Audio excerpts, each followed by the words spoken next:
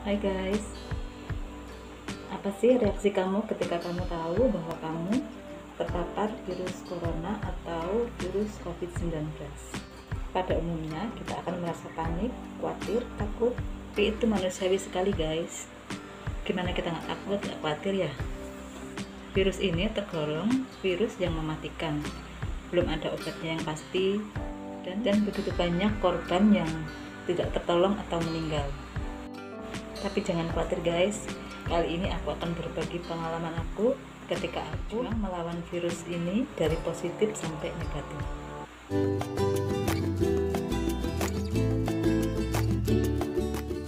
Ceritanya gini guys, awalnya saya sendiri tidak tahu bahwa saya terpapar virus corona. Waktu itu pagi saya merasa enakan badan saya. Kemudian di sekitar jam 10 saya merasa seperti meriang-meriang kalau orang Jawa bilang itu. Dan malamnya itu saya panas, demam. Lalu saya minum paracetamol, obat penurun panas ya guys. Dan paginya demam saya turun. Tapi hari berikutnya sampai 5 hari selalu seperti itu. Waktu itu saya nggak terpikir kalau saya akan terpapar virus corona. Saya hanya berpikir saya mungkin kena radang tenggorokan, karena tenggorokan saya juga rasanya sakit, buat menelan, buat apa gitu sakit. Kemudian suami saya mencarikan saya obat untuk radang tenggorokan. Saya tanya ke apotek, saya minum satu obat untuk radang atau pereda nyeri. Tapi setelah minum obat itu tidak membawa pengaruh buat saya. Tetap saya demam dan tulang-tulang rasanya nyilu-nyilu. Dan pagi itu ketika saya mau sarapan, karena ada di meja ada beberapa makanan dan saya nggak sengaja saya mencium satu makanan. Loh kok nggak bisa? Semua nggak ada rasanya, nggak tercium. Saya ganti makanan yang lain, saya sama sekali nggak bisa mencium. Jadi indera penciuman saya sudah tidak berfungsi waktu itu. Saya langsung panik guys. Lalu saya telepon suami saya bilang indera penciuman saya kok sudah nggak berfungsi ya. Ya otomatis suami saya juga ikut kaget, panik. Jangan-jangan terpapar corona ini. Lalu suami saya langsung telepon kakak ipar saya yang kebetulan adalah tenaga kesehatan. Kemudian kakak saya menyarankan harus segera swab. Lalu suami saya pulang untuk antarkan saya swab. Tapi pada waktu itu hari libur Idul Adha, dokter di puskesmas di tempat saya swab itu masih belum ada, jadi saya harus menunggu besoknya. Di saat menunggu itu guys, yang ada harap-harap cemas. Aduh, jangan sampai saya positif, jangan sampai positif, itu harapan saya.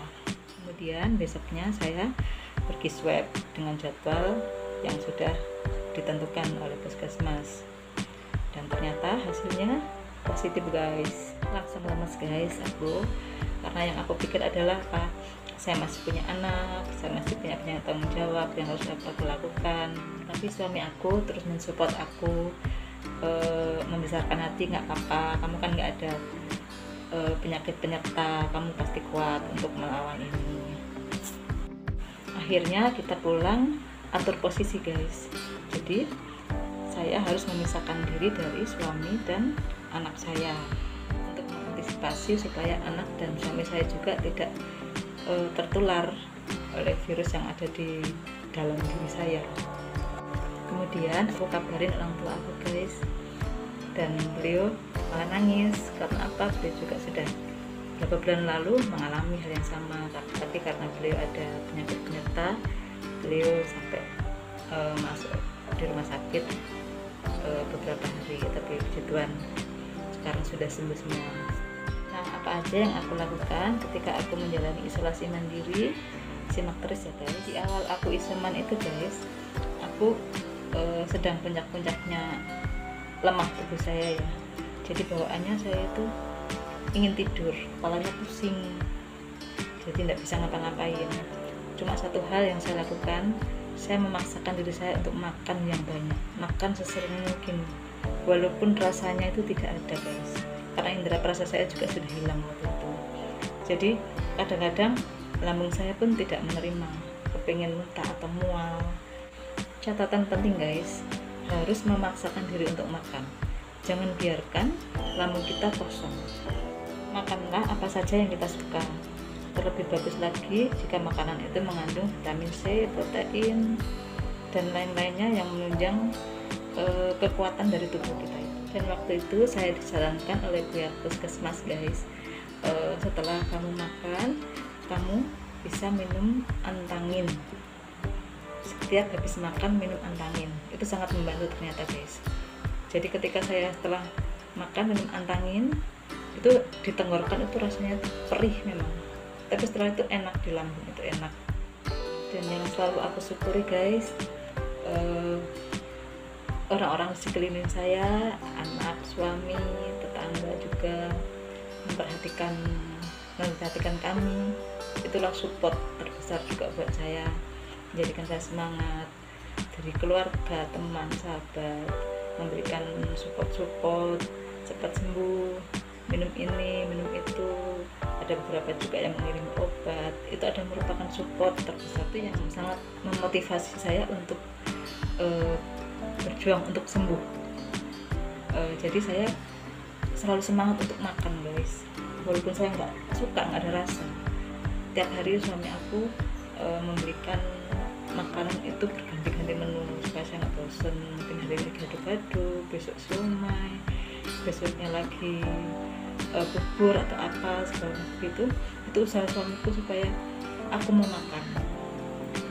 Begitu juga dengan anak aku guys, sebentar selalu tanya, ibu pengen makan apa, ibu pengen makan apa. Tiap hari aku minta diberikan jus guys. Jadi tiap hari pun rasanya harus berbeda-beda. Mungkin hari ini jus apel, besok jus jeruk, tapi tanpa gula dan tanpa es. Karena waktu itu yang agak terserang adalah lambung saya, jadi sering perih lambung saya guys. Makanya sebelum makan saya harus selalu minum obat lambung. Saya waktu itu minum Milanta. Kalau teman-teman mungkin cocoknya Promah atau yang lainnya, itu nggak masalah. Dan tips lainnya, selain makan yang banyak, kita harus sering mandi guys. Disarankan sih mandi 3 kali sehari dengan air hangat ya. Kalau air dingin saya rasa nggak kuat, karena badan kita tuh rasanya tuh selalu kebawa rasa dingin terus. Dan harus sering ganti baju ya guys, karena baju kita kan menyerap keringat-keringat yang keluar. Ruangan juga harus selalu bersih guys. Usahakan ruangan itu mempunyai sirkulasi udara yang cukup, mempunyai sirkulasi cahaya yang cukup. Yang sore biasanya suami aku selalu semprot ruangan yang aku tempati guys, tentunya dengan protokol kesehatan ya. Suami aku selalu pakai masker dan semprot semua ruangan. Tips lainnya guys, harus selalu berjemur. Nah, itu yang saya lakukan setiap hari. Pagi jam 10 ya, apa jam setengah 10 gitu, ketika matahari sudah mulai agak hangat-hangat panas, saya berjemur sekitar setengah jam atau 1 jam, enggak apa-apa. Begitu juga sore hari jam 3 itu saya sudah mulai persiapan berjemur sore. Jadi pagi sore berjemur. Nah, setelah berjemur itu nanti tunggu beberapa waktu sampai keringatnya hilang, baru mandi. Jadi badan itu selalu dalam keadaan bersih. Dan terlebih dari semua itu, kita harus doa, kita harus dekat sama Tuhan, kita harus memohon, karena yang punya kesehatan itu Tuhan. Kita manusia hanya berusaha. Nah, itu hal-hal yang aku lakukan ketika menjalani isolasi mandiri guys. Dan ketika 14 hari sudah berlalu saya menjalani isolasi mandiri, saya kembali cek swab antigen waktu itu di puskesmas, dan puji Tuhan saya dinyatakan negatif. Oke guys, demikian pengalaman aku, semoga bermanfaat. Salam sehat.